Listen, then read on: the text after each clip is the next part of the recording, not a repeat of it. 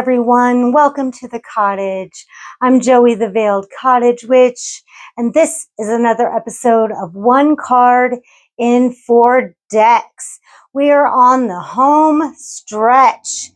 We are so close to being done with this series. I'm going to be sad when we're done, but I'm also super excited because I have a brand new series that I'm going to be releasing after we are done with our last card in the Major Arcana. I'm so excited, and I will be premiering that the week after we are done with the Major Arcana. I'm so excited.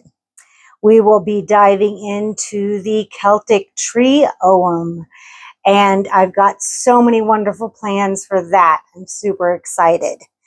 But today we are talking about the Death card. Dun, dun, dun.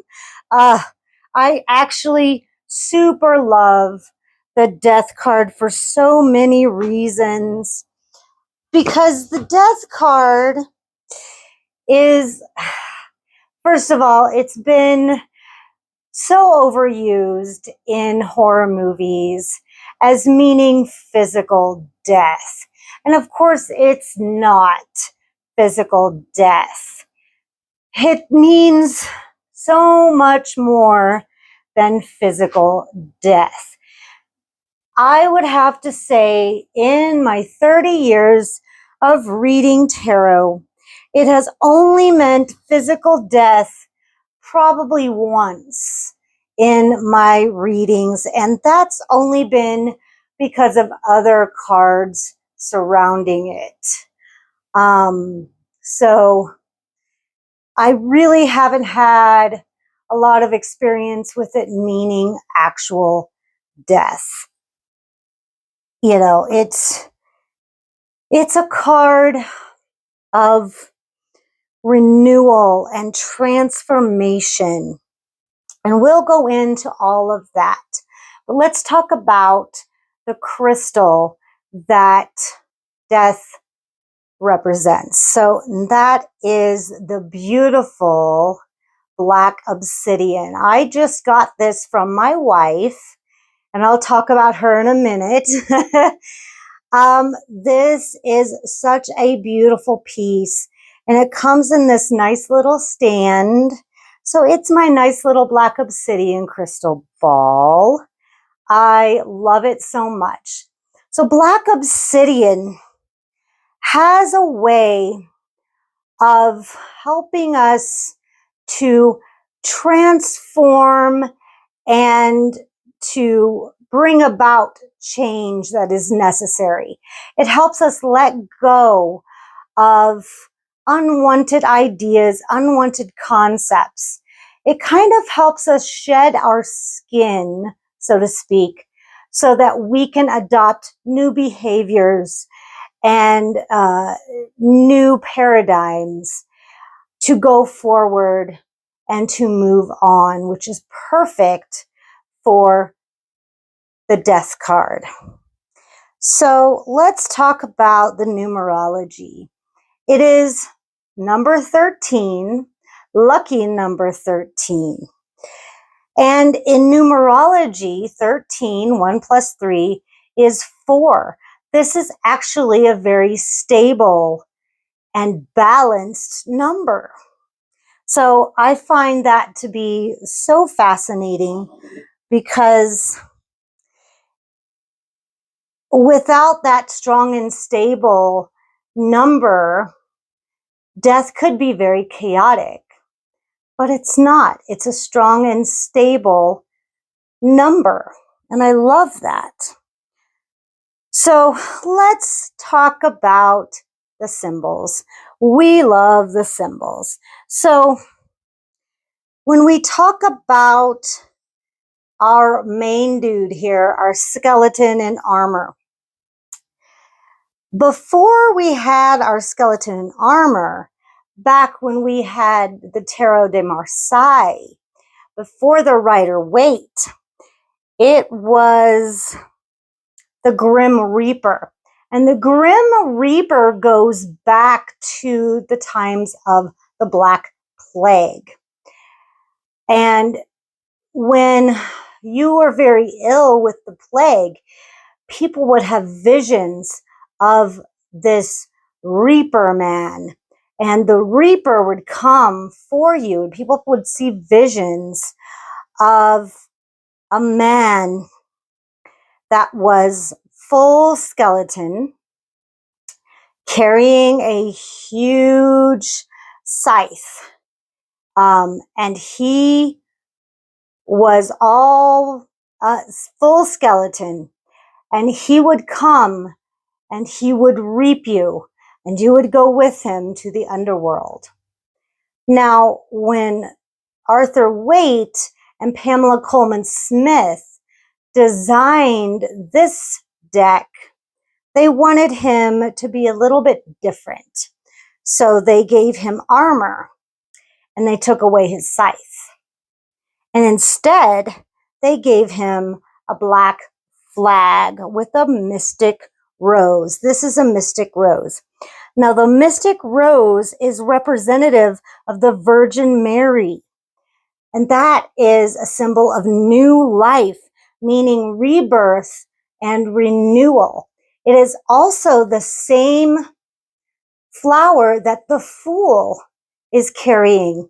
And the Fool is known as the newborn of the tarot. So we can kind of hearken back to, okay, now the cycle starts over again. So I love that. Now, back here, you see a running river. That running river is a symbol of active change and emotions. Remember, we talked about in the High Priestess, that's where all the water all water stems from that card. So all of this is water that comes from the High Priestess. Now there's a boat back here, right here. And this is reminiscent of the Pharaoh's burial boats, symbolizing the true self carried through death to a new life. Isn't that awesome? Now, I've also heard that this river is the river Styx that runs through to the underworld. So I thought that was cool, like the double meanings there. Now we have back here, we have the two towers. And the sun right here is the sun of immortality. And this is the same setting as the two towers in the moon that we will see in an upcoming episode. Now, the king, the child, the maiden, and the priest are all representations of different aspects of our personality and how each of those deal with change. Now, the king here, who has lost his crown, is our ego, and how our ego is struck down by death to make room for something new. And it illustrates that endings are inevitable for everyone, regardless of social standing. Death comes for you no matter who you are. Yeah, you can't escape it. Now, the priest represents our beliefs and our values. The child here represents our innocence. And the maiden represents our emotional side. She's kind of like, oh, woe is me. I just thought that was so cool. Now, we have the pale horse, the white horse with the red eyes. So he is an underworld creature. He is not of this plane. So that's important to note. This is not a regular horse. This is an underworld horse. Now, death teaches us the importance of allowing aspects of ourselves to die so that we can evolve and grow, kind of hearkening back to the Wheel of Fortune. If we allow death to take its course, but then we allow renewal and rebirth to happen. But if we resist it and we turn this upside down and we read the reversal, we are resisting change. We're not allowing that to happen. And that is when we get stuck. This is when we cross our arms and say, no, I'm not going to change. I'm not going to evolve, and I'm not going to transform. This is the problem that some people have when they're trying to manifest or they're trying to work magic. They don't allow the change to happen. They don't allow themselves to sit back and let it happen. So that is the Death card. This is why I love this card so much. It's probably my second favorite card because I have a first favorite card that's coming up. So that is the Death card. So let's take a look at the Tarot of the Owls. It's been a while since I've gotten this deck out. I had my wife help me out because, I got to tell you, first of all, let me tell you, I was going to mention my wife. This card corresponds with Pluto and Scorpio. Scorpio is my wife's astrological sun sign. So I had her come and help me choose the decks to use because she's the expert on the Death card. So, all right.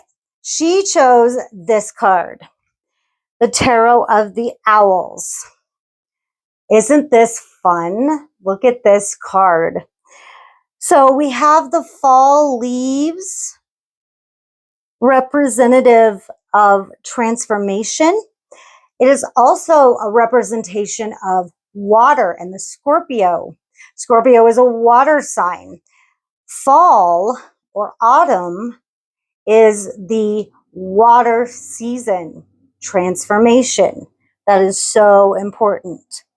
Then we have the fallen owls here. And they represent what no longer serves you, what no longer serves this little guy.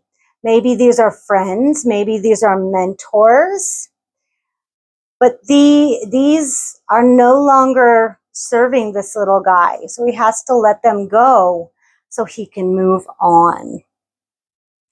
Now, the skull around this black owl here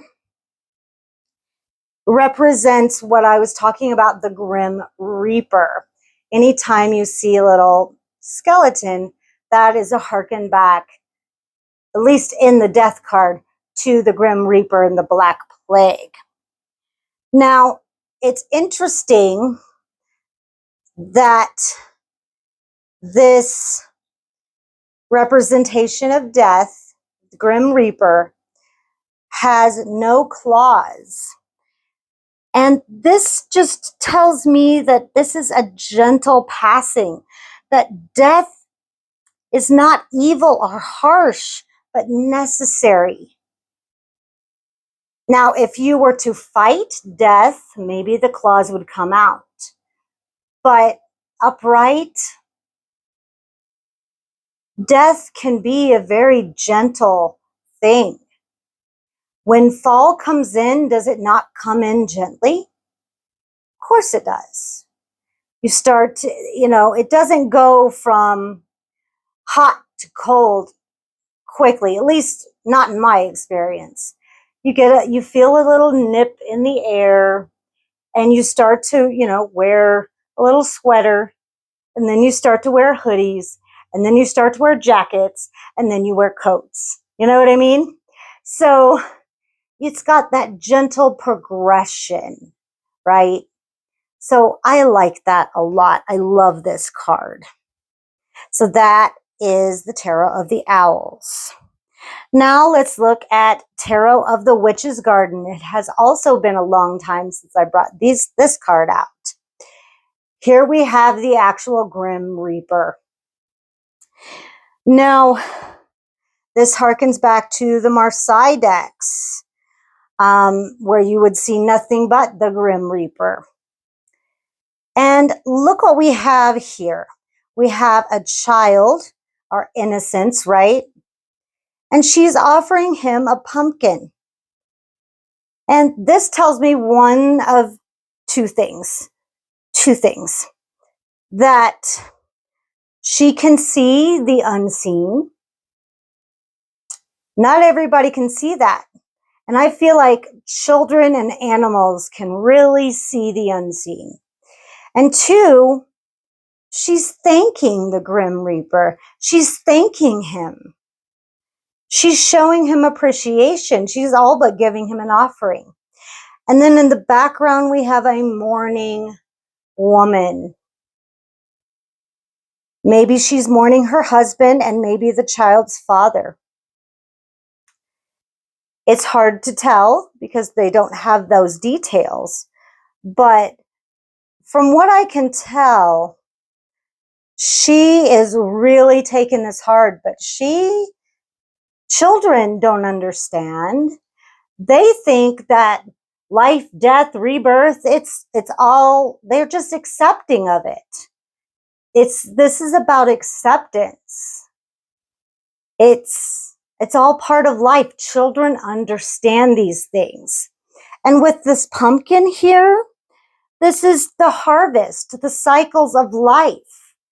You know, you plant the seeds, you tend to them, they grow, then you harvest them, it grows barren, then you plant the seeds all over again. The evolution of the harvest. I love that. This is such a wonderful representation of accepting change and transformation and evolution. I love that we have a raven and a crow here. Also birds of death and transformation. Love this card. And then I saved the best for last, y'all.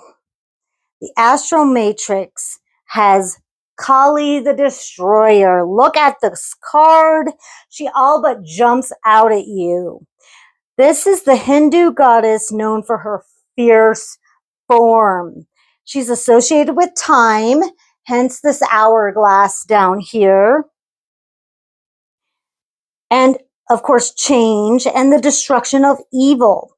She carries a destructive power necessary to remove ego and illusion, making way for spiritual liberation and creation. You have to have destruction before you can have creation, right? Absolutely. So without death, there is no rebirth. She embodies the wildness of nature that drives transformation. I love her. Look at her little sickle. Yes, love that. So here we have a battlefield. We've got a soldier. And this is representative of he's accepting death because he signed up for it. When you sign up to be on the front lines of the military, death is part of your contract. You have to know that that's a part of it. So you have to accept that fact, right? Here we have the skulls, representation of the Grim Reaper. I love everything about her. She's got the fire. She's got this, I forget what it's called. It's like a trident. I love this deity and I really want to explore her more. The more I look at her, the more in love I am. And this is the thing, is that it's not personal. She's just doing her job, just like he's doing it, and the owl's doing it, and the figure on the horse is doing it. Even though she looks like she's gloating, she's having a good time. She's enjoying her job. This is what she does. So I love this. Love this. So that was Death in the Rider-Waite Smith, the Tarot of the Owls. the Tarot of the Witch's Garden, and the Astromatrix Tarot. So, how do you interpret the Death card in your tarot decks? Please let me know in the comments below. Let's get that conversation started. I'm always interested in finding out how other people interpret their meanings. I really want to know. Please like, share, subscribe, hit that bell if you'd like to get notified of upcoming videos. I put content out all the time, so please feel free to share with others of a like mind to help me get that word out. I would greatly appreciate that. You can visit my website at theveiledcottagewitch.com to sign up for classes, workshops, services, and to book a reading with my reader, Bobby Fierro, over at wildraventarot.com. Or I'm sorry, Wild Raven Tarot over at YouTube. You can also shop my herbal offerings. I have healing remedies and ritual and spell supplies. Just remember to enter the code word, all caps veiled, at checkout to get your free shipping. That is only available through this channel and my gift from me to you. So don't forget to do that. If you'd like to financially support this channel, you can do so by buying me a coffee. All the details are down below, or you can just simply scan this QR code over here. But absolutely no pressure. Just live your best life and live for yourself. And I'll see you guys on the next one. Bye.